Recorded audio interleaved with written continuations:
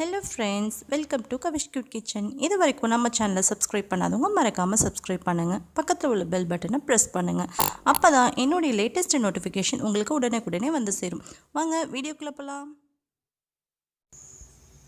இன்றைக்கி நம்ம கிச்சனில் பச்சைப்பயிறு தோசை, அதாவது பாசிப்பயிறு பச்சைப்பயிறு ரெண்டுமே ஒன்று தாங்க, கன்ஃபியூஸ் பண்ணிக்க வேண்டாம்.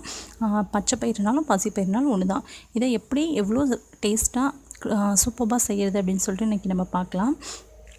வாங்க வீடியோக்குள்ளே போகலாம். இதுக்கு தேங்காய் சட்னி சூப்பரான சைட் டிஷ், நல்லாயிருக்கும், டேஸ்ட்டாக இருக்கும். ட்ரை பண்ணி பாருங்கள். வாங்க வீடியோக்குள்ளே போகலாம். இன்றைக்கி இதில் நான் 1 டம்ளர் அளவுக்கு பாசிப்பயிறு நான் எடுத்து ஊற வச்சுருக்கேன். அதாவது ஒரு 5 மணி நேரம் ஊறணும். அதே டம்ளரில் 1/2 டம்ளர் பச்சரிசி இதில் நான் ஊற வச்சுருக்கேன். அதாவது 1 டம்ளர் பாசிப்பயிருக்கு 1/2 டம்ளர் பச்சரிசி 5 மணி நேரம் ஊறியாச்சு. ஊறி இப்போ 5 மணி நேரம் ஆச்சு. இப்போ நம்ம மிக்சியில் போட்டு கிரைண்டரில் அரைச்சிக்கலாம். நீங்கள் கொஞ்சமாக இருந்துச்சுன்னா மிக்சியில் கூட அரைச்சிக்கலாம். இன்றைக்கி நான் கிரைண்டரில் போட்டுக்கிறேன். பாருங்கள் எந்த அளவுக்கு ஊறி வந்திருக்குன்னு சொல்லிட்டு.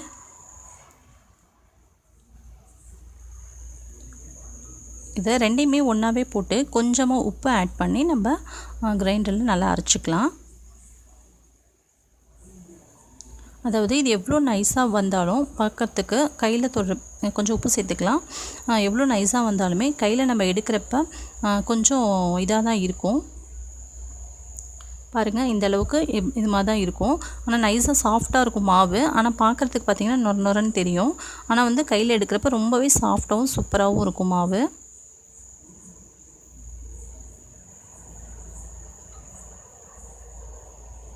இப்போது இந்த ஸ்டேஜில் நம்ம வலிச்சிடலாம்.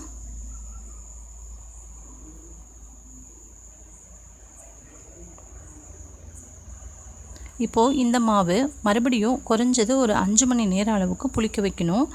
இது மாவு வலிச்சாச்சு. இப்போ வந்து இதை ரெஸ்ட்டில் வச்சுருவோம். ஒரு 5 மணி நேரம் குறைஞ்சது மாவு புளிச்சிருக்கணும்.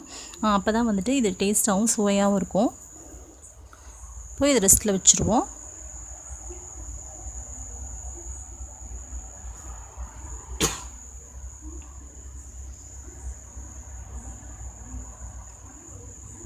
இப்போ பாருங்கள் ஒரு 5 மணி நேரம் ஆயாச்சு. மாவு நல்லா புளிச்சு சூப்பராக வந்திருக்கு. அதாவது பனிக்காலமாக இருந்தால் புளிக்க கொஞ்சம் டைம் எடுக்கும். வெயில் காலமாக இருந்தால் சீக்கிரமாக புளிச்சிடும். இப்போது இதில் என்னென்ன இன்க்ரீடியன்ஸ் சேர்க்கலான்னு சொல்லிட்டு பார்க்கலாம்.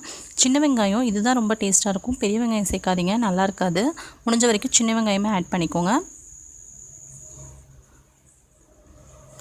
ஒரு 4-5 வரமிளகாய் காரத்துக்கு ஏற்ப சேர்த்துக்கோங்க. பச்சை மிளகாய் நீங்கள் வேணாலும் ஆட் பண்ணிக்கலாம். கருவேப்பிலை கொஞ்சம் சேர்த்துக்கலாம். ஜீரகம் ஆட் பண்ணிக்கலாம்.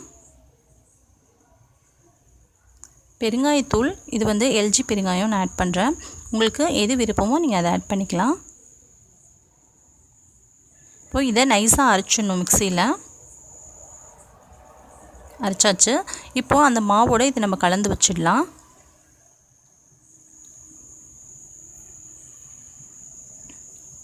இந்த பேஸ்ட்டும் மாவும் நல்லா ஒன்றா கலந்து வர மாதிரி கலக்கிக்கோங்க.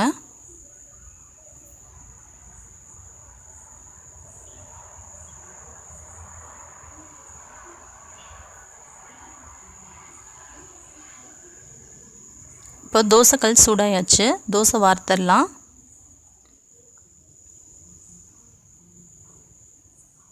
இதே நீங்கள் எப்பவும் தோசை ஊற்றுற மாதிரியே ஊற்றுங்க, நல்லா வரும். நான் இன்றைக்கி நல்லெண்ணெய் ஊற்றிருக்கேன். உங்களுக்கு எந்த ஆயில் விருப்பமோ நீங்கள் அதை சேர்த்துக்கலாம். நெய் கூட ஆட் பண்ணிக்கலாம், இன்னும் சுவையாக இருக்கும்.